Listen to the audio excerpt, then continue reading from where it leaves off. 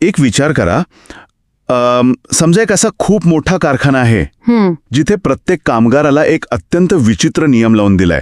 म्हणजे प्रत्येक कामगाराने स्वतःला लागणारा जो काही कच्चा माल आहे तो स्वतःच्या खिशातून पैसे घालून बाजारात जाऊन चक्क किरकोळ भावात विकत आणायचा. अरे बापरे. हो ना. आणि एवढंच नाही तर स्वतःची छोटी छोटी यंत्र वापरायची, स्वतःचं उत्पादन अगदी एकट्याने घ्यायचे आणि मग ते एकट्यानेच बाजारात नेऊन व्यापाऱ्याला विकायचे. आता मला सांगा, जर असा एखादा कारखाना असेल तर तो किती दिवस चालेल? असा कारखाना फार तर 1 महिन्याच्या आत डबघाईला येईल आणि कायमचा बंद पडेल. नक्कीच. कारण बघा, यात कुठलाही ताळमेळ नाहीये, खरेदी करताना कोणतीही बचत होत नाहीये आणि जेव्हा विक्रीची वेळ येते तेव्हा बाजारात त्या कामगाराची कोणतीही ताकद उरत नाही. अगदी बरोबर. आणि हीच तर आजची सर्वात मोठी शोकांतिका आहे. कारण आज आपल्या देशातील लाखो शेतकरी अगदी याच पद्धतीने हा शेतीचा कारखाना चालवायला मजबूर आहेत. हो, हे खूप विदारक सत्य आहे. तर स्वागत आहे सर्वांचं आजच्या या डीप डाईव्ह सखोल विश्लेषणामध्ये. आज आपण एका अत्यंत ज्वलंत आणि आपल्या सर्वांच्या मुळाशी जोडलेल्या विषयावर चर्चा करणार आहोत. आपण नेहमीच ऐकत आलोय की शेती म्हणजे केवळ एक व्यवसाय नाही, ती आपली काळी आई आहे. हो, आपल्याकडे शेतीला खूप भावनिक महत्त्व आहे. हो ना. एका आईशी असलेला आपला जो भावनिक बंध असतो तो अत्यंत खोल असतो. पण आजच्या या वेगवान जगात फक्त भावनांवर आणि परंपरेवर पोट भरता येतं का? हा एक खूप मोठा प्रश्न निर्माण झालाय. अगदी रास्त प्रश्न आहे हा. म्हणूनच आज आपण आर्थिक शेती आणि विशेषतः पुणे जिल्ह्यातील वाशिरे गावात प्रत्यक्ष अंमलात आलेल्या इझॅक शेती या एका आधुनिक संकल्पनेचा वेध घेणार आहोत. आणि यातली सर्वात महत्त्वाची गोष्ट म्हणजे हा विषय समजून घेताना आपण केवळ कुठल्या तरी पुस्तकीय किंवा आदर्शवादी कल्पनांवर बोलणार नाही आहोत. हो, कारण ते खूप कंटाळवाणं होतं. नक्कीच. आपण नेहमी पाहतो की शेतीविषयीचे सल्ले हे अनेकदा एसी केबिनमधून दिले जातात, जे वास्तवापासून खूप दूर असतात. पण आज आपण जी चर्चा करणार आहोत ती थेट जमिनीवरच्या प्रयोगावर आधारित आहे. म्हणजे खेड तालुक्यातल्या वाशिरे गावातल्या प्रयोगावर. बरोबर. तिथले जे सरपंच आहेत संभाजीराजे कुडेकर, त्यांनी जो प्रयोग वास्तवात उतरवलाय त्या ठोस उदाहरणाच्या आधारावर आपण हे समजून घेणार आहोत. शेतीकडे केवळ एक हतबलतेचा व्यवसाय म्हणून न पाहता त्याला एका सामूहिक उद्योगाचे स्वरूप कसे देता येते हे यातून खूप छान स्पष्ट होतं. आता ज्यांनी कधी शहरातल्या एखाद्या मोठ्या हाऊसिंग सोसायटीची मीटिंग अटेंड केली असेल, हो, किंवा घरातील एखादा मोठा कार्यक्रम आयोजित केला असेल, त्यांना हे नक्कीच माहितीये की 50 लोकांना एका साध्या निर्णयावर एकमत करायला लावणं हे किती कठीण असतं. प्रचंड कठीण काम आहे. मग विचार करा, 50 किंवा 100 शेतकऱ्यांना त्यांच्या थेट जीवन मरणाच्या प्रश्नावर, म्हणजेच त्यांच्या शेतीच्या पद्धतीवर एकत्र आणणं हे तर जवळजवळ अशक्यच वाटतं. खरंय. पण वाशिरे गावात हे कसं घडलं हे समजून घेण्याआधी मला एका गोष्टीवर थोडं बोलायचंय. आज शेतकऱ्यावर ही शेतजमीन पडीक ठेवण्याची वेळ का आली आहे? आजचा आपला बळीराजा नेमका कुठे आणि का अडकला आहे? या परिस्थितीच्या मुळाशी 2-3 अत्यंत गुंतागुंतीची कारणं आहेत. खरं तर सर्वात पहिले आणि मोठे कारण म्हणजे जमिनीचे झालेले छोटे छोटे तुकडे, म्हणजे जे वाटपांमुळे होतात ते. हो. आता हे कसं आहे बघा, समजा आजोबांकडे एकत्र कुटुंबात पूर्वी 50 एकर जमीन होती. मग ती त्यांच्या 4 मुलांमध्ये विभागली गेली, नंतर त्यांच्या मुलांमध्ये आणखी विभागली गेली आणि आज परिस्थिती अशी झाली आहे की अनेक शेतकऱ्यांच्या वाट्याला केवळ 1 किंवा 2 एकर जमीन येते. अरे बापरे, फक्त 1-2 एकर? हो. आणि आता मला सांगा, या एवढ्याशा तुकड्यावर एखादा आधुनिक ट्रॅक्टर नेणे, अद्ययावत हार्वेस्टर वापरणे किंवा लाखो रुपये खर्चून ठिबक सिंचनाची यंत्रणा बसवणे हे आर्थिकदृष्ट्या निव्वळ आत्मघातकी ठरते. म्हणजे परवडतच नाही ते. अजिबात नाही. याला अर्थशास्त्राच्या भाषेत इकॉनॉमी ऑफ स्केल म्हणतात. म्हणजेच मोठ्या प्रमाणावर काम केल्यामुळे मिळणारा आर्थिक फायदा तो इथे पूर्णपणे नष्ट होतो. हे तर अगदी साधं गणित आहे. म्हणजे 2 एकरासाठी जर एखादा शेतकरी ट्रॅक्टर विकत घ्यायला गेला तर त्याच्यावर कर्जाचा डोंगर उभा राहणार हे तर नक्कीच. आणि यासोबतच आणखी एक मोठा विरोधाभास या क्षेत्रात आहे, ज्याकडे सहसा कोणाचं लक्ष जात नाही. शेती हा जगातील कदाचित एकमेव असा व्यवसाय असेल जिथे उत्पादक हा आपला कच्चा माल किरकोळ म्हणजे रिटेल दराने खरेदी करतो आणि तयार झालेला पक्का माल चक्क घाऊक म्हणजे होलसेल दराने विकतो. एक सेकंड, हा मुद्दा अत्यंत महत्वाचा आहे. हो. इतर कोणत्याही व्यवसायात याच्या नेमकं उलटं असतं. म्हणजे आपण मगाशी जे कारखान्याचं उदाहरण दिलं तेच ना. जेव्हा शेतकऱ्याला खताची किंवा बियाणांची गोणी घ्यायची असते तेव्हा तो बाजारातील दुकानातून 1 किंवा 2 गुण्या घेतो. बरोबर. ज्याची किंमत सर्वाधिक असते कारण तो रिटेलमध्ये घेतोय. आणि जेव्हा त्याचं पीक हाती येतं तेव्हा तो 10-20 पोती माल व्यापाराला घाऊक बाजारात नेऊन देतो, जिथे व्यापारी स्वतःचा भाव ठरवतो. अगदी तसंच. आणि यामुळे शेतकऱ्याला नेहमीच कमीत कमी भाव मिळतो. याच दुष्ट चक्रामुळे आज उत्पादन खर्च प्रचंड वेगाने वाढत चालला आहे. आणि त्यात पुन्हा हवामानाचा लहरीपणा आहेच. हो ना. आणि मजुरांची भीषण टंचाई. आज गावात काम करायला मजूर मिळतच नाहीत आणि चुकून मिळालेच तर त्यांची मजुरी परवडत नाही. म्हणजे खुरपणीपासून ते अगदी पेरणीपासून ते कापणी आणि मळणीपर्यंत प्रत्येक टप्प्यावर खर्च इतका वाढतो की हातात काहीच उरत नाही. मग शेवटी हतकल होऊन शेतकरी ती जमीन तशीच पडून ठेवतो. आणि जेव्हा एखादी सुपीक जमीन अशीच पडून राहते तेव्हा ती खऱ्या अर्थाने त्या काळ्या आईची चेष्टा असते, नाही का? हो, हा खूप मोठा अपमान आहे त्या मातीचा.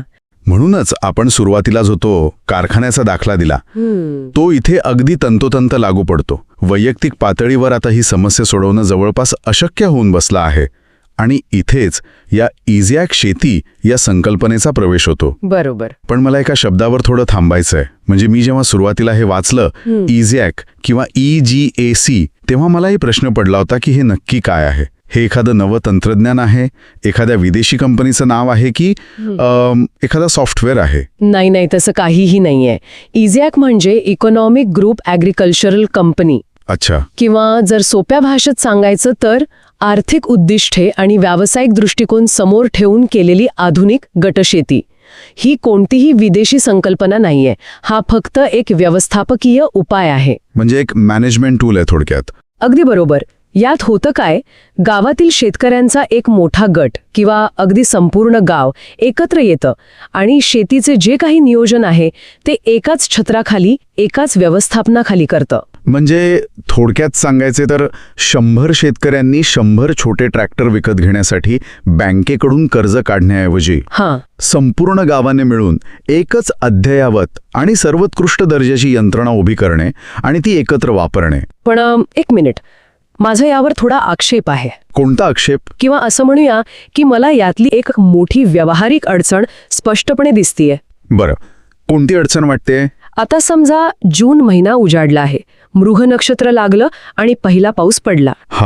आता आपल्याकडची शेतीची पद्धत अशी आहे की पाऊस पडला रे पडला की प्रत्येक शेतकऱ्याला वाटतं की सर्वात आधी माझ्याच शेतात ट्रॅक्टर गेला पाहिजे, माझ्याच शेतात आधी पेरणी झाली पाहिजे. स्वाभाविक आहे ते. मग जेव्हा प्रत्येकाला एकाच वेळी ती यंत्रणा हवी असेल तेव्हा बांधावरून भांडणं होणार नाहीत का? गावाला एकाच वेळी एकच ट्रॅक्टर कसा पुरणार? मला वाटतं हे सगळं कागदावर खूप छान वाटतं, पण वास्तवात हे शक्य कसं होतं? हा अत्यंत रास्त आणि यातला सर्वात कळीचा प्रश्न आहे. आणि इथेच इझॅक मॉडेलमधील नियोजन किंवा प्लॅनिंग हा शब्द खूप महत्वाचा ठरतो. म्हणजे कसं? वाशेरे गावच्या प्रयोगात हीच अडचण अतिशय कल्पकतेने सोडवली गेली. त्यांनी काय केले तर सगळ्यात आधी संपूर्ण गावातील जमिनीचे माती परीक्षण केले. अच्छा, पूर्ण गावाची माती तपासली? हो, आणि जमिनीच्या मगदुराप्रमाणे आणि पाण्याच्या उपलब्धतेनुसार गावाचे वेगवेगळे भौगोलिक गट म्हणजे झोन पाडले. म्हणजे जसं आपण शहरात झोनिंग करतो तसं? हो, संपूर्ण गावात एकच पीक न घेता जमिनीनुसार पिकांची विभागणी केली. अगदी तसंच. आणि यात सर्वात महत्वाची गोष्ट म्हणजे वेळापत्रक. पेरणी एकाच दिवशी न करता हवामानाच्या अंदाजानुसार आणि जमिनीतील ओलाव्यानुसार ती टप्प्याटप्प्याने म्हणजे स्टॅगर्ड मॅनरमध्ये केली जाते. अरे वा, म्हणजे एकाच दिवशी सगळ्यांची घाई नाही. नाही, अजिबात नाही. जेव्हा संपूर्ण यंत्रणा आणि गावातील सर्व उपलब्ध मनुष्यबळ एकाच दिवशी एका विशिष्ट गटावर किंवा एकाच शेतकऱ्याच्या शेतावर लक्ष केंद्रित करते, तेव्हा जे काम पूर्ण व्हायला एरवी 4 दिवस लागतात ते काम एका दिवसात उरकले जाते. क्या बात है. आणि मग दुसऱ्या दिवशी तीच यंत्रणा दुसऱ्या गटात जाते. यामुळे कोणाचाही खोळंबा होत नाही आणि भांडण तर अजिबात नाही. हा दृष्टिकोन खरोखरच खूप विचार करायला लावणार आहे. म्हणजे आपण इथे वेळ आणि साधनांचे अत्यंत अचूक मायक्रो मॅनेजमेंट करतोय. पण मजुरांच्या प्रश्नाचं काय? मजुरांची टंचाई हा तर आजचा सर्वात कळीचा प्रश्न आहे ना. तिथेच तर या आधुनिक तंत्रज्ञानाचा खरा फायदा होतो ना. कसा? जेव्हा तुमच्याकडे लहान लहान तुकड्यांऐवजी 100 एकरांचा एक मोठा सलग पट्टा उपलब्ध असतो, तेव्हा तिथे माणसांऐवजी अद्ययावत हार्वेस्टर सारखी मोठी आणि महागडी यंत्रे अतिशय सहज वापरता येतात. अच्छा, म्हणजे जिथे छोट्या ट्रॅक्टरला वळायलाही जागा नसते तिथे मोठे यंत्र फिरू शकते. हो, आणि विचार करा ची कापणी करण्यासाठी 50 मजुरांना आठवडाभर काम करावं लागतं आणि ज्याला प्रचंड खर्च येतो, तेच काम एक मोठा हार्वेस्टर काही तासात पूर्ण करतो. यात वेळ तर वाचतोच, पण जो खर्च आहे तो निम्म्याहून कमी होतो. हे तर खरोखरच क्रांतिकारी आहे. आणि मगाशी आपण जो तो उत्पादकाच्या रिटेल होलसेल दुष्टचक्राचा उल्लेख केला होता, त्यावर हे मॉडेल कशी मात करते? हे यातलं सर्वात रंजक गणित आहे. इझी शेतीमुळे हे जे संपूर्ण अर्थचक्र आहे ना, ते पूर्णपणे उलटं फिरवलं जातं. म्हणजे कसं? आता बघा, जेव्हा वाशरे गावातील 100 शेतकरी एकत्र येतात, तेव्हा ते बियाणे किंवा खते दुकानातून एक गुणी विकत घ्यायला जात नाहीत. बरोबर, कारण त्यांना आता एकत्र घ्यायचं असतं. हो, ते थेट खत तयार करणाऱ्या कंपनीशी संपर्क साधतात आणि हजारो टन खताची किंवा बियाणांची एकत्रित घाऊक म्हणजे होलसेल ऑर्डर देतात. अरे बापरे, थेट कंपनीला ऑर्डर? हो, यामुळे होतं काय की मध्यस्थांची जी साखळी असते ती तिथेच तुटते आणि त्यांना कच्चा माल थेट कंपनीच्या दरात म्हणजे खूप स्वस्तात मिळतो. म्हणजे नुसत्या खरेदीतच त्यांचा लाखो रुपयांचा खर्च वाचत असेल. नक्कीच वाचतो. आणि विक्री करताना हे चित्र पूर्णपणे बदलते. आता विचार करा, एखादा गरीब शेतकरी जेव्हा 2 पोती सोयाबीन घेऊन बाजारात जातो, तेव्हा व्यापाऱ्यासमोर त्याची काहीच किंमत नसते. तो व्यापारी म्हणेल त्या भावाला त्याला माल विकावा लागतो. पण जेव्हा वाशरे गावाचा सरपंच किंवा त्यांचा प्रतिनिधी व्यापाऱ्याला फोन करून सांगतो की हे बघा, आमच्याकडे उच्च दर्जाचा आणि एकाच प्रतीचा 100 टन माल उपलब्ध आहे. बापरे, 100 टन माल? तेव्हा तो व्यापारी स्वतःहून गावात येतो. अशा वेळी भाव तो व्यापारी ठरवत नाही, तर गाव स्वतःचा भाव स्वतः ठरवते. थोडक्यात सांगायचं तर हे शेतकरी आता घाऊक खरेदीदार आणि घाऊक विक्रेते बनतात. हा खऱ्या अर्थाने माझ्यासाठी तरी एक आहा मोमेंट आहे. म्हणजे बाजाराची संपूर्ण ताकदच या शेतकऱ्यांच्या बाजूने झुकते. हे आर्थिक गणित तर आता अगदी लख्खपणे समजलं. पण वाशरे गावच्या या प्रयोगाबद्दल वाचताना मला एक गोष्ट प्रकर्षाने जाणवली. कोणती? ती म्हणजे या इझीॲक शेतीचा केवळ पैशाच्या स्वरूपात आर्थिक फायदा होत नाहीये, तर याचा गावातल्या समाजकारणावर आणि विशेषतः तिथल्या तरुणांवर एक प्रचंड मोठा परिणाम होतोय. हे तुम्ही अगदी अचूक हेरलत. आज आपण बघतोच आहोत की गावाकडचा जो तरुण वर्ग आहे तो शेतीपासून खूप मोठ्या प्रमाणावर दुरावत चालला आहे. हो ना, त्याला शेतीत काही भविष्यच दिसत नाही. बरोबर. तो तरुण शहरात जाऊन 8-10 हजार रुपयांची कोणतीही छोटी मोठी अगदी सिक्युरिटी गार्डची नोकरी करायला तयार असतो, पण स्वतःच्या शेतात राबण्याची त्याची तयारी नसते. आणि याचं मुख्य कारण म्हणजे शेतीला आता तो सन्मान राहिलेला नाहीये. कमरेचे सांधे ढिले होईपर्यंत त्या चिखलात राबणं हे आजच्या या स्मार्टफोन वापरणाऱ्या तरुणांना नकोसं झालंय. नक्कीच. पण जेव्हा आपण या इझीॲक मॉडेलचा विचार करतो, जिथे शेती ड्रोन येतात, AC केबिन असलेल्या भल्या मोठ्या चाकांचे ट्रॅक्टर्स येतात, संगणकावर पिकांचे अगदी बारकाईने नियोजन केले जाते, तेव्हा मला असं वाटतं की गावातल्या तरुणांना शहराकडे जाण्यापासून थांबवण्याची ही एक अत्यंत भक्कम योजना आहे. तुम्ही खूप योग्य शब्द वापरलात. ही केवळ शेती करण्याची एक पद्धत नाहीये, तर ही गावाचा जो ब्रेन ड्रेन आहे, म्हणजे बुद्धिमत्तेचं जे स्थलांतर होते ते रोखण्याची एक मोठी चळवळ आहे. अगदी. गावासाठी एक HR स्ट्रॅटेजी म्हणू शकतो आपण याला. हो, अगदी तसंच. जेव्हा शेतीत हे अद्ययावत तंत्रज्ञान येतं आणि सर्वात महत्त्वाचे म्हणजे जेव्हा त्यातून हमखास नफा दिसू लागतो, तेव्हा तरुणांचा शेतीकडे पाहण्याचा दृष्टिकोनच पूर्णपणे बदलून जातो. साहजिकच आहे. यातून गावातच रोजगाराच्या नवीन संधी निर्माण होतात. आता बघा, हे तंत्रज्ञान चालवण्यासाठी, त्याचे हिशेब ठेवण्यासाठी, बाजाराचे ॲनालिसिस करण्यासाठी शेवटी शिक्षित तरुणांचीच गरज असते ना. हो, आणि ते काम ते आवडीनं करतील, कारण त्यात एक रुबाब आहे, एक टेक्निकॅलिटी आहे. आणि मला वाटतं या संपूर्ण प्रक्रियेत शेतकऱ्याच्या मानसिकतेतही एक खूप मोठा बदल घडत असेल, नाही का? प्रचंड मोठा बदल. आजवर आपण पाहिलंय की बळीराजाच्या मनात नेहमी एक हतबलतेचा विचार असायचा. कोणता? मी एकटा काय करू? हवामान बदलले, मी एकटा काय करू? बाजारात भाव पडले, मी एकटा काय करू? हो, ती एक सततची अगतिकता असते. पण जेव्हा तो या अशा मोठ्या सामूहिक उद्योगाचा भाग बनतो, तेव्हा हा हतबलतेचा प्रश्न आपोआप मागे पडतो आणि त्याची जागा एक अत्यंत सकारात्मक विचार घेतो. तो म्हणजे आपण सगळे मिळून नक्कीच काहीतरी करू शकतो. आणि हाच विचार गावाला खरा स्वाभिमान आणि आत्मनिर्भरता देतो. खरंच, हे ऐकायला खूप प्रेरणादायी वाटतं. पण हे सर्व प्रत्यक्षात आणणं तितकं सोपं नक्कीच नसते, कारण भारतीय शेतकऱ्यांची एक विशिष्ट मानसिकता असते.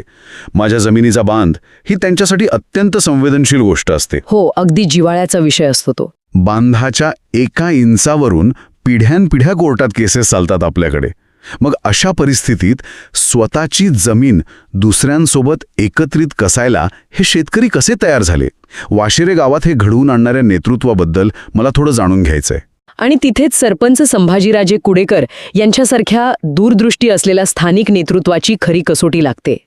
एखादी चांगली कल्पना फक्त कागदावर असणे आणि ती प्रत्यक्ष लोकांच्या गळी उतरवून अंमलात आणणे यात खूप मोठं अंतर असते. हो, खूप मोठा अडथळा असतो तो. पण त्यांनी अत्यंत हुशारीने या मानसिक अडथळ्यावर मात केली.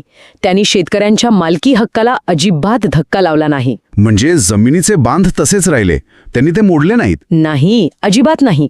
जमिनीचा सातबारा, मालकी हक्क ज्याचा त्याच्याकडेच राहिला. त्यांनी लोकांना हे अतिशय शांतपणे समजावून सांगितले की आपल्याला जमिनीचे तुकडे एकत्र करायचे नाहीत, तर केवळ आपले काम एकत्र करायचे आहे. अच्छा, म्हणजे मालकी तुमचीच, पण नियोजन आपलं सगळ्यांचं. बरोबर. आणि त्यांनी अत्यंत पारदर्शक पद्धतीने प्रत्येकाला या सगळ्याचा ताळेबंद समजावून सांगितला. कुटुंबाला विश्वासात घेतले. सुरुवातीला कदाचित विरोध झालाही असेल, पण जेव्हा पहिल्या काही शेतकऱ्यांचा उत्पादन खर्च प्रत्यक्षात कमी झालेला आणि नफा वाढलेला दिसला, तेव्हा बाकीचे आपोआप जोडले गेले असतील. अगदी बरोबर. संपूर्ण गाव आपोआप या प्रवाहाशी जोडले गेले. यामुळे मला स्थानिक स्वराज्य संस्थांच्या म्हणजेच आपल्या ग्रामपंचायतींच्या भूमिकेबद्दल एक वेगळाच विचार करावासा वाटतो. कोणता विचार? म्हणजे आपण नेहमी ग्रामपंचायतीकडे कोणत्या दृष्टीने पाहतो? रस्ते बांधणे, गटारे साफ करणे, पाणी पुरवठा करणे किंवा दिवाबत्तीची सोय करणे, हेच त्यांचं काम मानलं जातं. पण वाशेरे ग्रामपंचायतीने हे दाखवून दिले आहे की ग्रामपंचायत हे केवळ एक प्रशासकीय केंद्र नसून ते गावाचं एक आर्थिक इंजिन बनू शकते. हे अत्यंत महत्त्वपूर्ण निरीक्षण आहे तुमचं. जर स्थानिक संस्थांनी आणि त्यांच्या नेतृत्वाने केवळ या मूलभूत सुविधांमध्ये न अडकता गावाच्या आर्थिक उत्कर्षासाठी अशी इझीॲक शेतीसारखी व्यावसायिक मॉडेल्स राबवायला सुरुवात केली, तर विचार करा, तो आपल्या संपूर्ण ग्रामीण व्यवस्थेसाठी किती मोठा आणि सकारात्मक बदल असू शकतो. खूप मोठी क्रांती होईल ती. आज आपण बघतो की शेतकऱ्यांच्या कर्जमाफीवर सरकार हजारो कोटी रुपये खर्च करते, पण जर अशा प्रकारच्या पायाभूत व्यवस्थापनावर आणि गटशेतीवर लक्ष केंद्रित केले तर मुळात कर्जमाफीची वेळच येणार नाही. अगदी 100% बरोबर.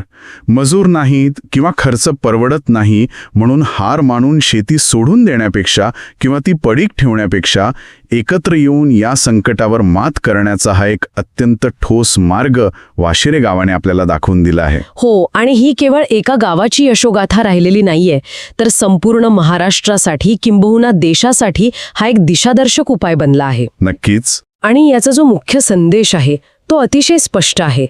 एक शेतकरी कदाचित कमकुवत असू शकतो, पण एक गाव जर एकत्र आलं आणि त्यांनी व्यावसायिक दृष्टिकोन स्वीकारला तर कोणतीही शेती पडीक राहणार नाही, ती अजेय होते.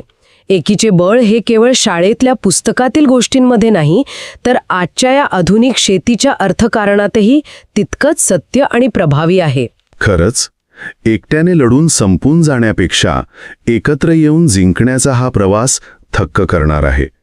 आजच्या या डीप डाईव्हच्या अगदी सुरुवातीला आपण जी काळ्या आईची आणि तिच्याकडे पाहण्याच्या भावनिक दृष्टिकोनाची चर्चा केली होती, मला तसं मनापासून वाटतं की या काळ्या आईची खऱ्या अर्थाने जर आपल्याला सेवा करायची असेल तर तिला असंच पडीक न ठेवता अद्ययावत तंत्रज्ञानाची आणि एकजुटीची जोड देऊन तिच्यातून समृद्धी आणणे हीच तिला दिलेली खरी मानवंदना ठरेल. अगदी सार्थ आणि सुंदर निष्कर्ष आहे हा. जाता जाता या संपूर्ण चर्चेतून मला एक अत्यंत वेगळा आणि थोडासा विचार करायला लावणारा मुद्दा सुचतोय, जो थेट शेतीशी संबंधित नाहीये, पण या एकत्रीकरणाच्या संकल्पनेतून नक्कीच निर्माण होतो. कोणता मुद्दा? आपल्यापैकी अनेकांना, विशेषतः शहरात राहणाऱ्यांना असं वाटतं की हे असे गट करून राहणे, एकत्र निर्णय घेणे हे केवळ गावाकडेच शक्य आहे. पण आपण विचार करायला हवा, जर वाशेरेसारखं एखादं गाव केवळ मीच्या ऐवजी आम्ही हा विचार करून शेतीसारखा अत्यंत गुंतागुंतीचा, भावनांशी जोडलेला आणि व्यक्तिगत अहंकाराचा विषय इतक्या यशस्वीरित्या सामूहिकपणे सोडवू शकते, तर हीच सामूहिक नियोजनाची संकल्पना आपण आपल्या शहरातील गुंतागुंतीच्या समस्या सोडवण्यासाठी का वापरू शकत नाही? अरे वा, हा खूपच वेगळा दृष्टिकोन आहे. समजा शहरातल्या मोठ्या सोसायट्यांनी पाणी व्यवस्थापन, कचरा व्यवस्थापन किंवा ऊर्जेच्या वापरासाठी असाच एखादा इझॅकसारखा मॉडेल राबवला, जिथे सगळे अहंकार बाजूला ठेवून केवळ 0 अपव्यय आणि जास्तीत जास्त फायदा या एका सूत्रावर लोक एकत्र आले, तर काय होईल? हे जर शक्य झालं तर शहरांचं चित्रच बदलेल. हो ना? हा खरोखरच विचार करण्यासारखा मुद्दा आहे. जर हेच एकत्रीकरणाचे मॉडेल आपल्या समाजाच्या प्रत्येक व्यावसायिक आणि सामाजिक क्षेत्रात लागू झाले तर आपण एकत्रितपणे किती मोठी क्रांती घडवू शकू यावर नक्की विचार करायला हवा. आपण पुन्हा भेटूच एका नवीन आणि अशाच माहितीपूर्ण विषयासह. तोपर्यंत पाहत रहा, ऐकत रहा आणि शिकत रहा.